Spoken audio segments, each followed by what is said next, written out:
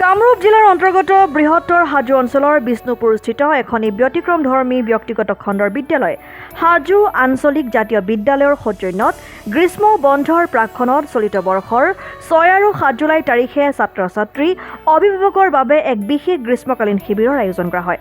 উক্ত শিবিৰত পেলনীয়া সামগ্ৰীৰে কেনেকৈ কিছুমান ভাল বস্তু সাজিব পাৰি, বিদ্যালয়ৰ পাঠ্যপুথিসমূহ আনন্দদায়কভাৱে কেনেকৈ ছাত্ৰ-ছাত্ৰীসকলক পঢ়াব পাৰি, বিভিন্ন খেলৰ মাধ্যমত শিক্ষা পানীত কেনেকৈ সাঁতুৰিব লাগে, আগন্তুক গ্ৰীষ্মকালীন বন্ধ সময়ছোৱা কেনেকৈ কটাব ইত্যাদি বিষয়ক লৈ এই শিবিৰত পৰ্যালোচনা কৰা হয়।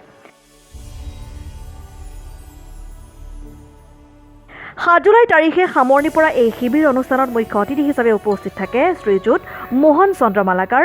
বিশিষ্ট অতিথি হিচাপে উপস্থিত থাকে শিশু সাহিত্যিক কবি ভূপেন পাটৰিদেৱ। নিমন্ত্ৰিত অতিথি হিচাপে উপস্থিত থাকে সুৰেণ দাস, মহাবিদ্যালয়ৰ দৰ্শন বিভাগৰ মুৰব্বী অধ্যাপিকা সবিতা কলিতা, লগতে ধনেশ্বৰ বৈশ্য, কবিন চন্দ্ৰ দাস আদি ব্যক্তিসকল। বিদ্যালয়ৰ সচিব সবিন দাসে আন্তৰা অনুষ্ঠানটি শিশুসকলৰ দ্বাৰা পৰিৱেশন কৰা আৰু বিদ্যালয়ৰ সংগীত বিভাগৰ শিক্ষক তৰণী কলিতা দেৱৰ পৰিচালনাৰে অনুষ্ঠানটিৰ দিনৰ ভাগত আৰম্ভ কৰা হয়। উক্ত অনুষ্ঠানত ছাত্ৰ-ছাত্ৰী, অভিভাৱক, অভিভাৱিকাসকলে বিভিন্ন ধৰণৰ গীত মাত পৰিৱেশন কৰাৰ উপৰি আব্দুল মতলেব চৌধুৰীদেৱৰ কবিতা আবৃত্তি, ৰীতামণি পাঠকৰ সুমধুৰ গীতেৰে সকলোকে আপ্লুত কৰে। ইয়াৰ পিছতে ছাত্ৰ-ছাত্ৰীসকলৰ বাবে গ্ৰীষ্মকালীন বন্ধৰ গৃহকাৰ্যৰ শ্ৰেণীভিত্তিক খতিয়ান দাঙি ধৰে বিদ্যালয়ৰ উপাধ্যক্ষা বিবি আঠপৰীয়াই, সহশিক্ষয়িত্ৰী ভনিতা দাস, হিমা বেজবৰুৱা, লিপিকা মেধিয়ে। ইয়াৰ উপৰি বিদ্যালয়ৰ ছাত্ৰ-ছাত্ৰী অভিভাৱকসকলৰ সহযোগত বিদ্যালয়ৰ সহকৰ্মী গজেন বৈশ্য আৰু ৰঞ্জু দাসে বিশেষ প্ৰীতি ভোজনৰো আয়োজন কৰে। সদৌ শেষত সমূহীয়াভাৱে হাজো আঞ্চলিক জাতীয় বিদ্যালয়ৰ উজ্জ্বল ভৱিষ্যত কামনা কৰে।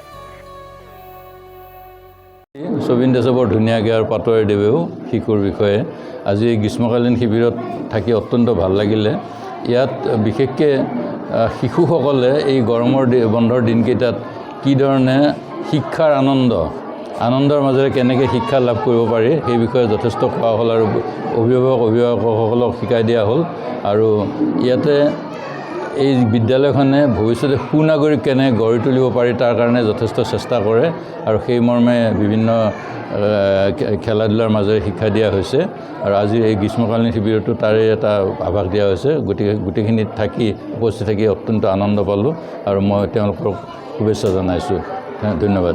জাতীয় বিদ্যালয়ৰ আজি এই গ্ৰীষ্মকালীন শিবিৰৰ সামৰণি অনুষ্ঠানত উপস্থিত থাকি সঁচাকৈ খুব আনন্দিত হ'লোঁ।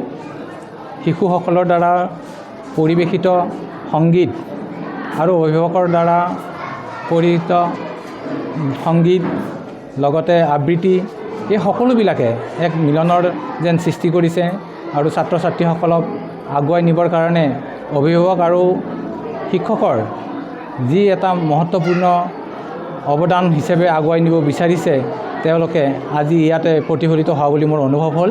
আৰু মই আশা ৰাখিছোঁ এই ল'ৰা ছোৱালীসকলে এইদৰে আগবাঢ়ি যাব আৰু এই গ্ৰীষ্মকালীন শিবিৰত তেওঁলোকে শৈক্ষিক লগতে যি নৈতিকতাৰ এক বিৱৰণ তেওঁলোকে শিবিৰত দিছে এইবিলাক কথা জানি আজি সঁচাকৈ খুব ভাল লাগিল, আনন্দিত হ'লোঁ। ধন্যবাদ। আঞ্চলিক জাতীয় বিদ্যালয়ৰ এটা গৌৰৱৰ দিন। যোৱা 6 আৰু 7 জুলাই তাৰিখ আজিকে ধৰি হাজো আঞ্চলিক জাতীয় বিদ্যালয় শিশুসকলৰ সৰ্বাংগীন বিকাশৰ কাৰণে তেওঁলোকে যিহেতু গ্ৰীষ্মকালীন বন্ধত ঘৰত থাকিব, তেওঁলোকৰ এই দিনকেইটা কেনেকৈ আগবঢ়াই নিব আৰু শৈক্ষিক জীৱনত শিশুসকলক কি কি কথাই প্ৰভাৱ পেলাব পাৰে এই গোটেই কথা সামৰি পেলাই আমি গ্ৰীষ্মকালীন দুদিনীয়া শিবিৰ এটা আয়োজন কৰিছিলোঁ 6 আৰু 7 জুলাই তাৰিখ। আজি 7 জুলাই তাৰিখে আমি এই গ্ৰীষ্মকালীন শিবিৰ আনুষ্ঠানিকভাৱে সামৰণি পৰাৰ কাৰণে ইয়াত অনুষ্ঠান এটা পাতিছিলোঁ। ইয়াত সন্মানীয় অতিথি হিচাপে আমাৰ শ্ৰদ্ধাৰ মোহন মালাকাৰ ছাৰ আৰু ভূপেন ভাটৰি ডাঙৰীয়া, শিশু সাহিত্যিক আৰু তৰণীচৰণ কলিতাদেৱ, আমি গোটেইবিলাকে লগ লাগি এই 2টা দিনত শিশুসকলক বিভিন্ন ধৰণৰ এক্টিগেমি, অৰিগেমিৰ পৰা গীত মাতৰ অনুষ্ঠান, আবৃত্তি, তৰ্ক প্ৰতিযোগিতা, চকলেট খোৱা খেল, সাঁতোৰ, আমি গৰমৰ বন্ধত যে কোনেও পানীত যাব নালাগে, ল'ৰা ছোৱালীক সচেতন কৰিবৰ কাৰণে আমি ইয়াত আৰ্টিফিচিয়েল ছুইমিং পুলৰ ব্যৱস্থা কৰি তেওঁলোকক এই প্ৰশিক্ষণবিলাক দি পেলাই আজি আনুষ্ঠানিকভাৱে আমি তেওঁলোকক গৃহকাৰ্য ইয়াত অৰ্পণ কৰিছোঁ। এই মাহটোত কি কি গৃহকাৰ্য কৰিব লিখিত ৰূপত আমাৰ শিক্ষয়িত্ৰীসকলে ছাত্ৰ ছাত্ৰীৰ মাজত বিতৰণ কৰিছে। অভিভাৱক অভিভাৱিকা সকলোৱে লগ লাগি আজিৰ অনুষ্ঠানটিত ফূৰ্তি কৰি পেলাই এক শিক্ষাৰ এক আনন্দ উৎসৱ উদযাপন কৰি পেলাই আজি গ্ৰীষ্মকালীন বন্ধৰ ঘোষণা কৰা হৈছে।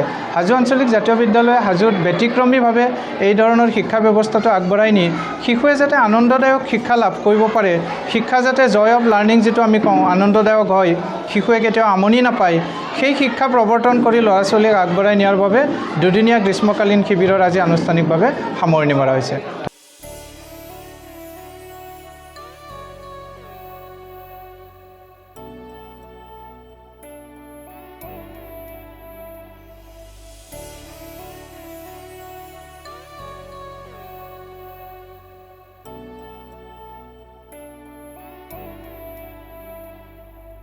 হাজোৰ পৰা অনামিকা কলিতাৰ ৰিপৰ্ট, ডেমক্ৰেটিক আছাম।